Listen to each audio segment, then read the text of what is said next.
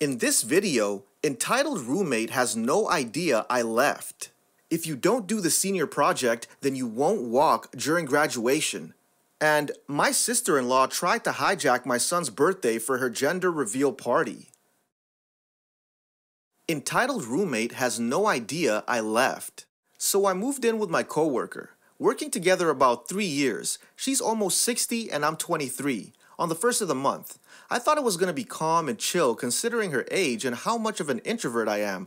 Boy, was I completely wrong. I've never met anyone more entitled in my life. These are just a few things that have happened less than a month of me being there. 1. While I was at work, she sent me a message asking to borrow $100 to go out and have fun. She has borrowed money from me in the past, and she gives it back in increments of 5s and 10s through a period of months. I told her I don't have $100 to just give to her, and she said, "What about $80? As if that makes it more doable. I told her no, and she said if I trusted her, I would give her my bank card so she could go take out the money she wanted from the bank and then bring my card back. No? I told her money doesn't leave my bank unless I'm taking it out, and she acted like I was only doing this so she couldn't go out and have a fun time. I lent her $12 that same morning for gas money. 2. A few hours after asking to borrow $100, she sent me another message telling me that I need to keep the curtains open always and make sure I tidy up everything before bed every night because that's how she likes her house. I told her that no. I will not be keeping the curtains open at night because it makes me feel unsafe, and also asked her if there was a reason for her to be saying I need to keep things clean. She responded back telling me it's how she likes her curtains and to remember to keep them open during the day or before I ever leave the house. She also said there was no particular reason for her saying to keep things tidy. She was just telling me so I know. I'm not a neat freak, but by no means have I ever left a mess for anyone else to find. I told her she was being ridiculous, and she told me it wasn't ridiculous and it's not a big deal to just listen to what she's saying and that I was stressing her out. Number 3, that same day, I was still at work. She told me she was going out anyway. Guess that $100 wasn't really essential, huh? And if I could bring her laundry up to her room for her. Mind you that this laundry is laundry that I did the night before, and I folded all of her clothes and put them on the couch for her. She didn't work the night I did the laundry or the next day, and she let it sit on the couch. I was in the middle of a 9-hour shift, in the middle of a rush, when she asked me that. I didn't respond. It was very hard to come back after work and see it sitting on the couch and not throw it all back into the dryer. Number 4, she's been gone for days now. No idea where she is. But last night, after I got out of work, she sent me a message saying that this wasn't working out and she's going through too much in her life to have me add to the stress. Denying her money, questioning her requests, asking if I'm a house guest or paying half the rent stresses her out. I agreed and told her that this is too stressful for both of us and that I would leave before the end of the month. She freaked out. She told me that I'm not allowed to just leave and have to give her a notice and pay a fee of $81.25. The exact amount she said, just for the inconvenience. I never signed anything when I moved in. We didn't even have a verbal agreement. It hasn't even been a full month. I told her that her half of the cable/Wi-Fi bill, I got it for us, plus the $60 she owes me from 1 week alone should cover that mysterious fee. 5. The first week of me being there, she would walk in my room while I was sleeping, wake me up, and start talking about her day. Waking up to someone hovering over me is something that happened with a very bad ex numerous times, and every time she would do that, I would be terrified, and she knew I went through a situation like this. 6. If I left anything on the bathroom counter, she would move it in a drawer and tell me that my stuff go into that drawer. 7. I left a brush on the table downstairs before leaving for work, and I came back to find it laying on the ground outside my bedroom door. 8. I've come back to find all my wine coolers gone numerous times because when she runs out of beer, she'll drink whatever I have in the fridge. 9. She hasn't taken out the trash not once out of all the time that I've been there. 10. She would repeatedly ask me why we don't talk anymore. She loved to vent about herself, then tell me she feels like she's walking on eggshells around me because I don't talk to her anymore. I like to be alone, especially after working 8-hour shifts, days in a row.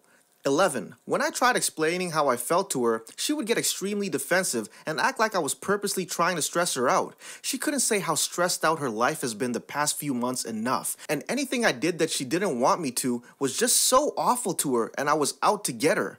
12. When I would leave the house, it's rare but it happens, she would call me at least twice and send at least 2 messages within a 2-hour period. I felt like I was being suffocated, and when I expressed this to her, she got really defensive and made me feel bad for saying anything at all. Not even a month. Since she's been MIA for the past 3 days. The "this isn't working out" message happened last night. I started packing immediately. After she sent that, it was almost like a saving grace. I've been debating on leaving since the second week, and that sealed it for me, and continued on in the morning. It took me all day, but I did it, and she still thinks I'm gonna be there until the end of the month. She's gonna walk into a no cable / Wi-Fi, the same movie she's had for years, and a pile of laundry on the couch. She should feel lucky I left the dish soap, laundry detergent, paper towels, dish sponge, and 2 rolls of toilet paper because I've been buying all of that too. I took all the groceries I thought that I still wanted and my ice cube tray. My mom couldn't stop laughing because she was so shocked she was like this. She had no idea. And Wednesday, she's helping me set up my room again. Feels good to be home. If you don't do the senior project, then you won't walk during graduation. Well, okay then. Back in 2013, I was a senior at a high school I had just transferred to. I had moved earlier in the year because my parents got divorced, and I made the deliberate choice to leave my old high school and move in with my dad, attending a new high school.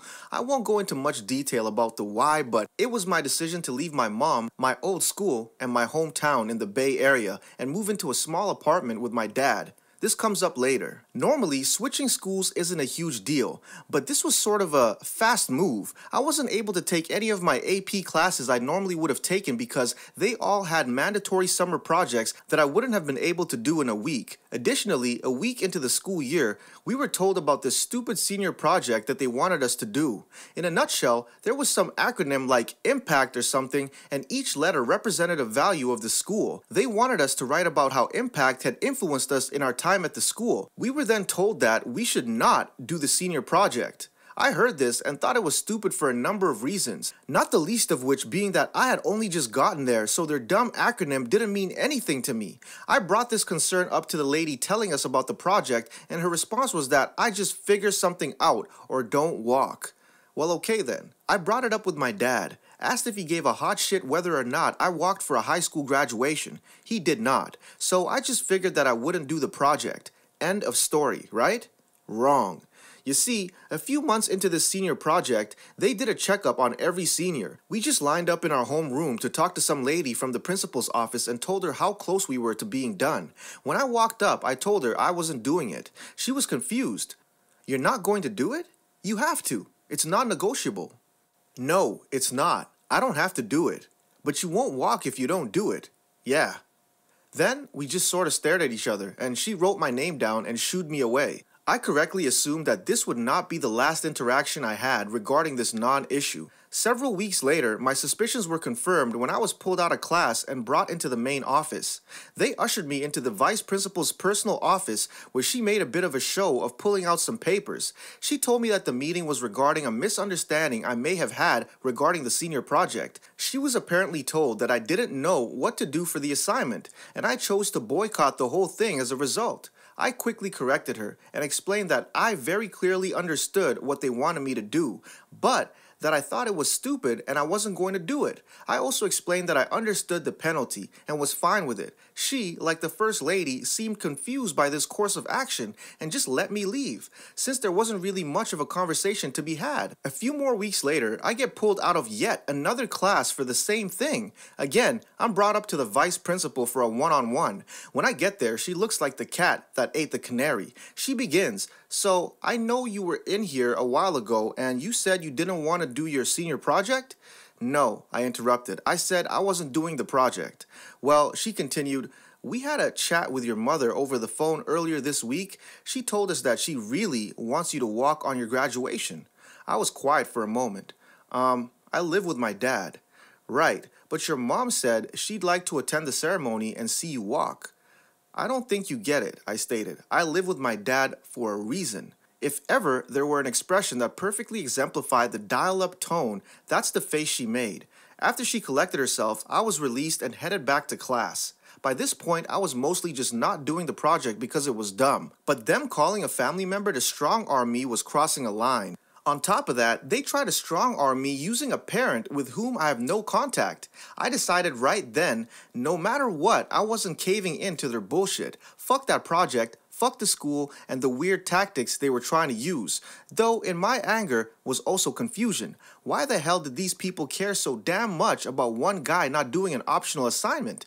Also, I made myself very clear, so was that the end of it? Spoiler, it wasn't.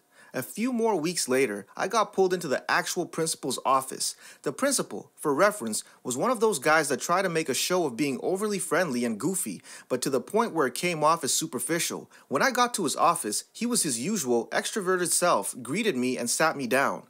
So, I've heard about this whole senior project problem you've had going on, and I get it. Trust me, I really do. You're new here, so our motto hasn't had as much of an impression. So after talking about it with the folks grading the projects, we think it'd be fine if you just had a modified project. Just do a project on one letter of impact and you're golden. He gave me a big warm smile. No. Sorry? He asked, still smiling. I'm not doing it. His smile was slowly fading. But you only have to do one letter. It's not really that much. Yeah, I got that. I'm still not gonna do it, I stated. But you won't be able to walk on graduation day. Yep. So, what's the excuse exactly? You called my mom. His mouth was open like he was gonna say something, but I guess nothing came to mind. As we sat in silence for a good 20 seconds, him trying to formulate an argument and me making I told him if that's everything he needed to talk about, I'd be heading back to class. He didn't say anything, so I just left. It was after this meeting that I eventually got some context. Apparently, California schools will shuffle principals around every few years for some reason that probably makes sense, but I don't care enough to research. Our principal was going to be switching schools after the 2013 semester had ended, and one of his big plans was to leave that high school with 100% participation in the senior projects that would otherwise not affect any final grade. He used the threat of preventing students from walking at graduation to bully everyone into doing the dumb project. Almost everyone. I stuck to my guns and refused to do it, and sure enough, after the deadline had passed, they made a big deal about how happy they were that 99.6% of students completed their senior projects, even though they were hoping for 100%. And the absolute dumbest part about this stupid exercise? After everything was said and done, I was called in one last time to the VP's office. She told me that despite my refusal to do the senior project, they were still going to let me walk and gave me 5 tickets for friends and family. I laughed, walked out without the tickets, and didn't attend my own graduation. My sister-in-law tried to hijack my son's birthday for her gender reveal party. My husband and I have 2 children, both boys, now aged 11 and 14. My husband's younger sister now has 3 children, 7 female, 5 male, and 3 male. The year my youngest son, let's shorten to YS for the story, was turning 4, he asked for a birthday party. He was not yet in school, and so he didn't know anyone but family, and there were no children other than his brother that were able to attend. Luckily, his favorite people in the world are Grandpa and Grandma, Dad's parents. Grandma is like a big kid. She's super fun and energetic. She acts much like a kid herself, and my boys adore her. I knew they were very busy, so I asked them several months in advance if they could attend his birthday party. The party was to be on his birthday. This is important. Being the wonderful grandparents they are, they agreed and requested that time off from their jobs. We also invited all close-by family, including my SIL, the entitled mother of the story. Months go by and it's now about a week and a half before my son's big day. I've bought the decorations, planned the menu, and pumped them up. I like to sing a final countdown song as I prepare breakfast in the morning. One afternoon, I receive a call from my SIL who's about to find out the sex of her baby. She's pregnant with baby number 1. She wants to plan a gender reveal party, but she's called her friends and family and discovered that most work and can't attend without several weeks' notice for their jobs. The only day everyone just so happens to have have off is my son's birthday. Would I be willing to move my son's birthday party to another day so she can have her party? At this point, it may bear mentioning that she already has 3 baby showers planned and has asked me to make the food out of pocket for one of the baby showers. Most people being asked to attend her gender reveal party were already attending multiple baby showers for her. I'm pretty friendly and passive. This caught me very off guard. I try to gently tell her that my son was looking forward to this and we've had it planned for months, which is why everyone had it off from work. She feigned sympathy but still urged me to please move my son's birthday party to a time that everyone could later attend and let her have this open date for her party for her first baby while you've already had 2. Besides, YS loves babies and would love to go to her party too. He could still come to my party and see everyone he loves and then get to do it all over again when everyone can request time off. I didn't have time to gather a response as she steamrolled right over me saying, okay, if they want to go, I won't make them come to YS's party, but I can't go to your party. We have plans. And her responding, thanks. I was angry. She had pulled this kind of thing with other people before. I have tons of stories. But she had always really loved my boys and never tried this with me, or not to this extreme anyway. I didn't know how to react other than vent to my husband, her brother, who wasn't surprised at all and said not to worry and that their dad would set her straight. Funny enough, I was talking to my husband when I saw him, FIL, calling my phone. I answered and he said that my SIL had told him I had no problem with her hijacking my son's birthday and I had insisted she have the party and everyone go to that one instead of YS's. He said if this was true that he would attend her party, but he would way rather go to the party of YS. He'd already gotten presents and they were excited about celebrating a kid that's already here on his big day. I very happily told him that I was never going to cancel his birthday or make him sit through someone else's party on his big day. I mean, he's 4. And I've been counting down for him every morning. What kind of monster would I be? I said that I had told SIL that people could go to that if they preferred, but that we wouldn't be attending. He said that sounds about right and told her he's going to YS's party since he requested time off for that, and if she wants another party another day to give him notice. She canceled the party and then talked about me behind my back to anyone that would listen for years to follow.